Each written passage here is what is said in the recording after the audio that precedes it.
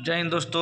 अवप्रीत classes में मैं अवधेश पांडे आप लोगों का स्वागत करता हूं। जैसा कि आप सभी बार बार बता चुके कि आप लोगों का उत्पाद सिपाही का, झारखंड पुलिस का रिटेन एग्ज़ाम का तैयारी आप लोग कर लिए हैं, कंप्लीट हो गया है उत्पाद सिपाही का। और अभी जो एसएससी जीडी का भी तैयारी चल रहा है, उस सब का भी तैयारी आप लोग कर लिए हैं।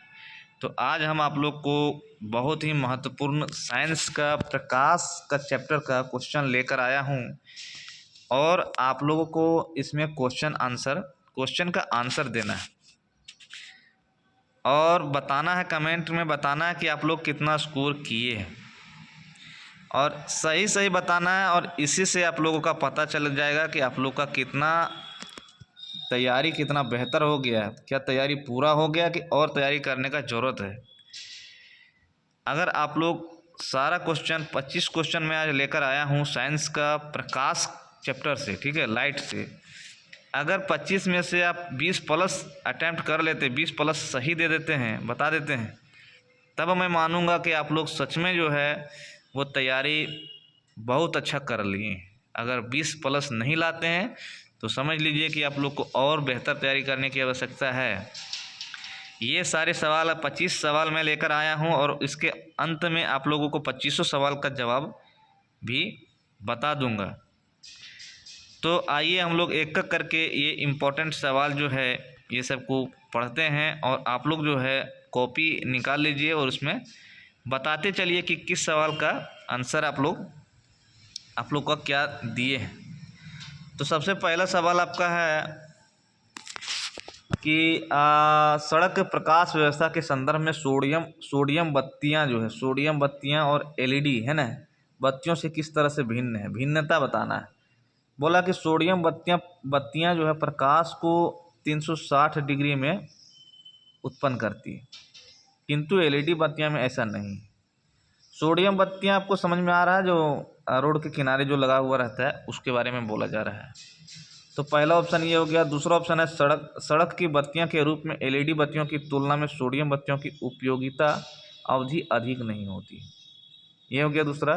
तीसरा ऑप्शन है कि सोडियम बत्ती के दृश्य प्रकाश का स्पेक्ट्रम लगभग एक वर्णीय होता है।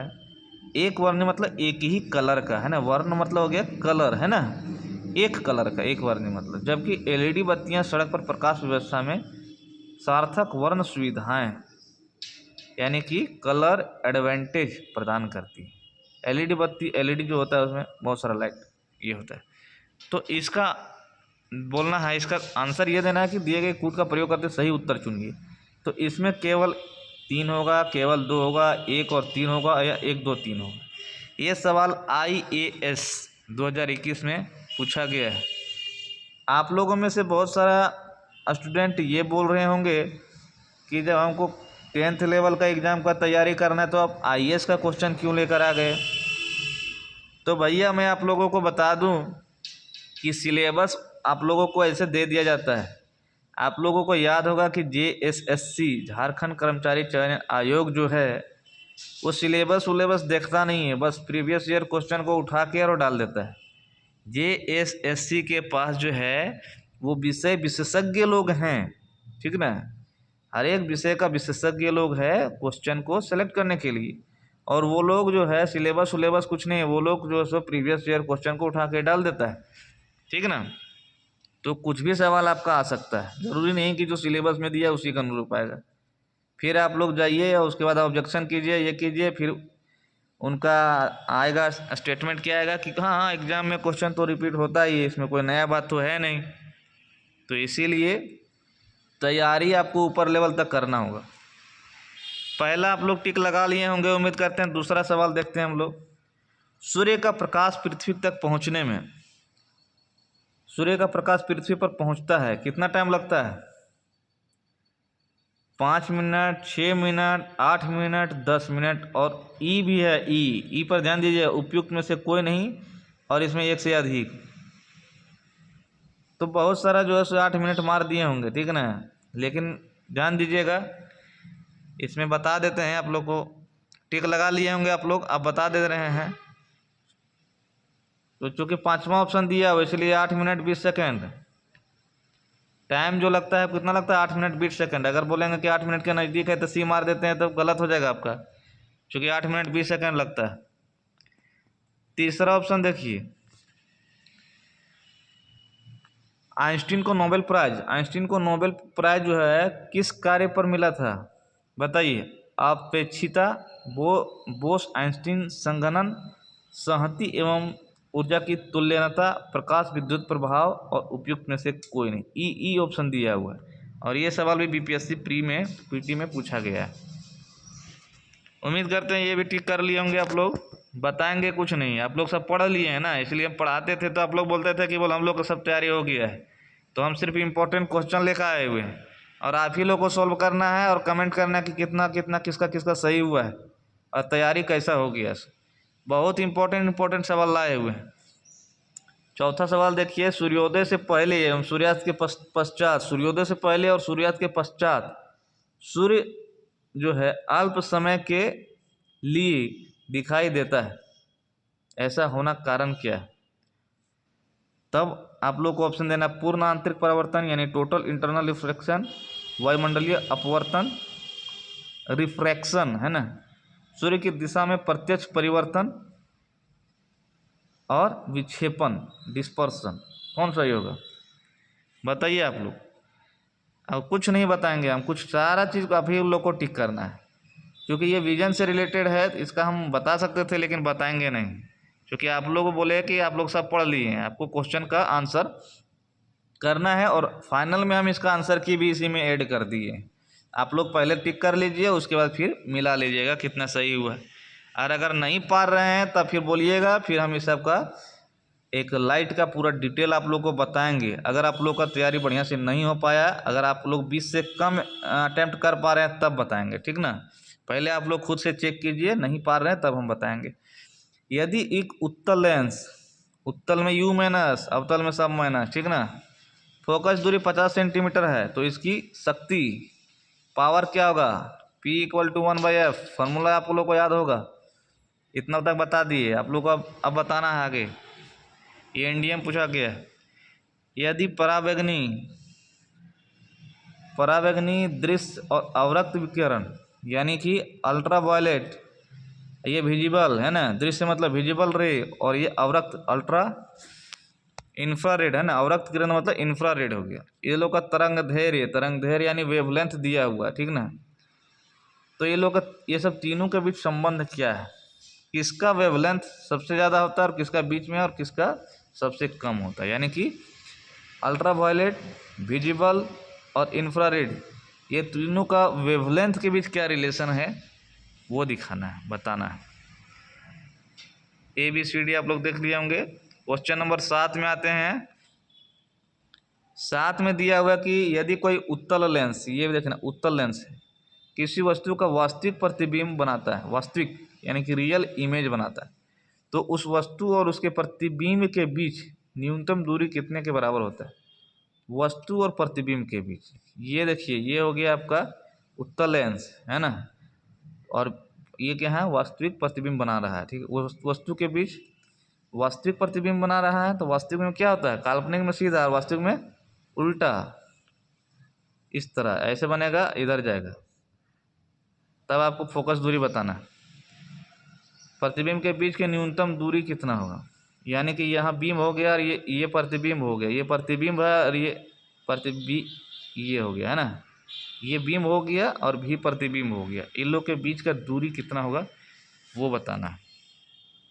पहला ऑप्शन है उत्तल लेंस की फोकस दूरी के, दूसरा है उस उत्तल लेंस की फोकस दूरी की दुगुनी होगा, तीसरा है उस उत्तल लेंस की फोकस दूरी की 4 गुनी होगा, और उस उत्तल लेंस की फोकस दूरी की आधी होगी। बताइए अब आप। अगला क्वेश्चन चलते हैं 8 नंबर। 8 नंबर का सवाल देखिए कि किस प्रकार की किरण सघन माध्यम से विरल माध्यम में गमन। अच्छा, इसे पूरा स्क्रीन पे ले लेते हैं। क्वेश्चन नंबर 8 है ना, हो गया। सघन माध्यम मतलब डेंस मीडियम है ना, और ये रेयर मीडियम हो गया। तो बोलता है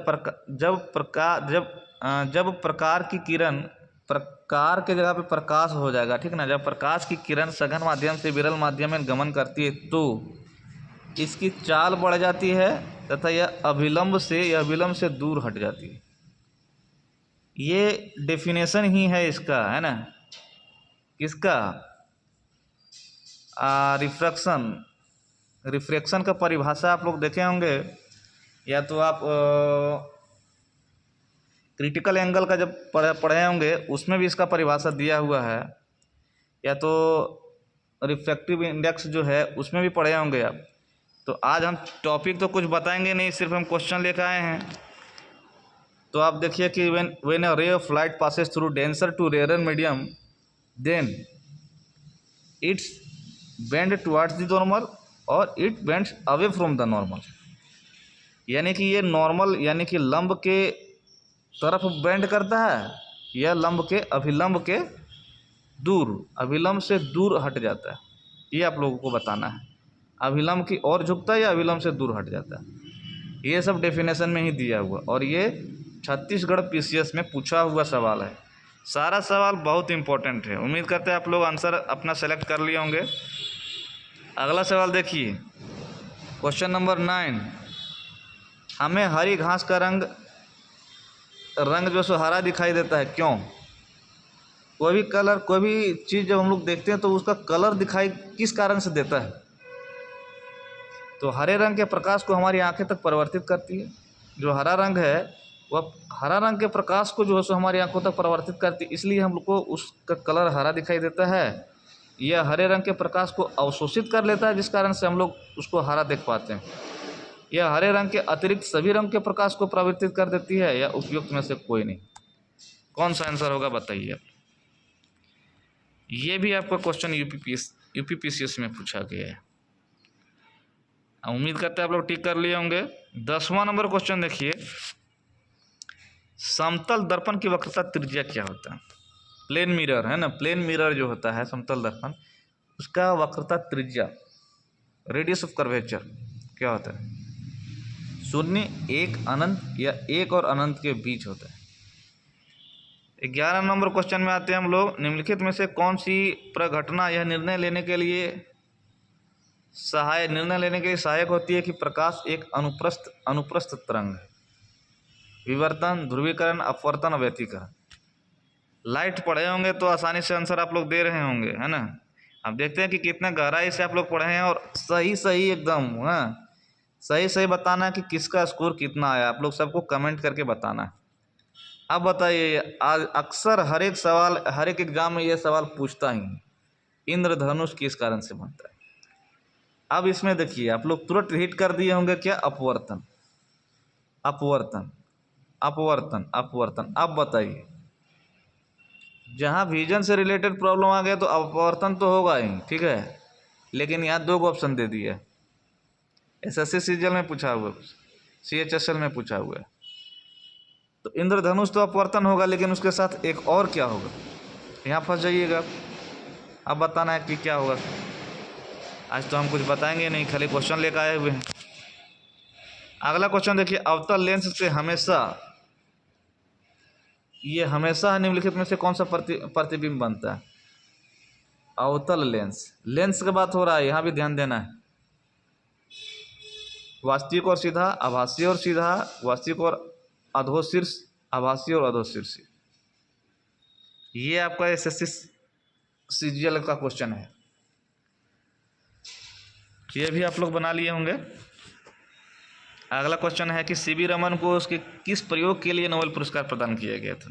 सीवी रमन जानते हैं, फिजिक्स का नोबेल प्राइज इनको दिया गया था, तो वो किस क्षेत्र में दिया गया? प्रकाश परावर्तन, प्रकाश विक्षेपण, प्रकाश प्रकीर्णन और प्रकाश परिक्षेपण।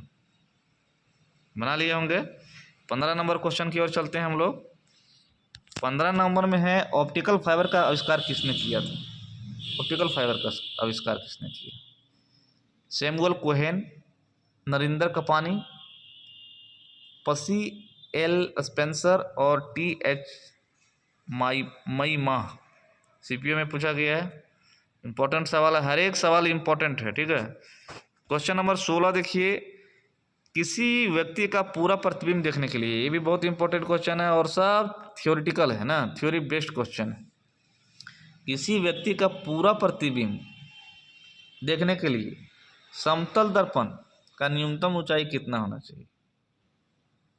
व्यक्ति की ऊंचाई के बराबर, जितना व्यक्ति ऊंचा है मिरर जो है समतल दर्पण का भी ऊंचाई उतना होना चाहिए, या उस व्यक्ति के ऊंचाई का आधा मिरर का ऊंचाई होना चाहिए, या व्यक्ति के ऊंचाई का एक चौथाई उस मिरर का ऊंचाई होना चाहिए, या उपयुक्त में से कोई नहीं होना चाहिए। चलिए आप लोग ये यूपीपीसीएस में पूछा गया क्वेश्चन है, टिक कर लिए होंगे। 17 नंबर क्वेश्चन में चलते हैं। प्रिज्म से गुजारने पर प्रकाश का कौन सा रंग सबसे अधिक विचलन दर्शाता है?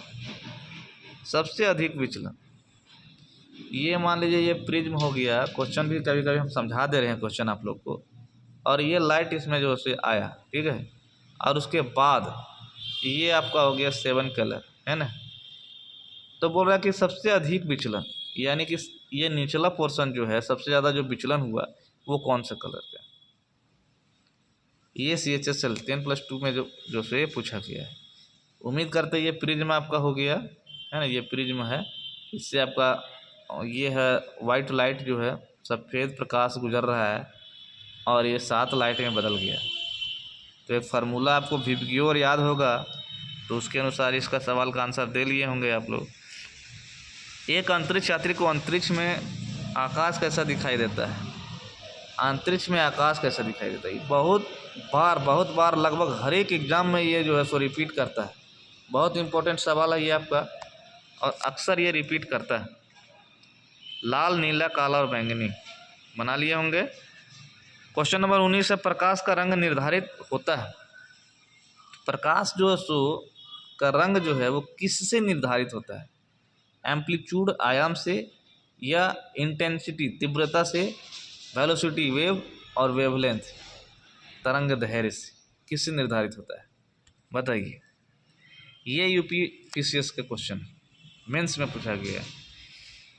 क्वेश्चन नंबर 20 आपका है, किसी वस्तु का आवर्धित और आभासी प्रतिबिंब। आवर्धित मतलब हो गया बड़ा और आभासी मतलब हो गया सीधा, है ना। प्राप्त करने के लिए प्रयोग किया जाता है। किसका प्रयोग किया जाएगा? दर्पण, समतल दर्पण, उत्तल दर्पण, अवतल दर्पण और अवतल लेंस। अब बताइए, जो आपका प्रतिबिंब होगा वो कैसा होना चाहिए? आवर्धित, यानी बड़ा होना चाहिए और सीधा होना चाहिए। तो ऐसा किसमें बनता है?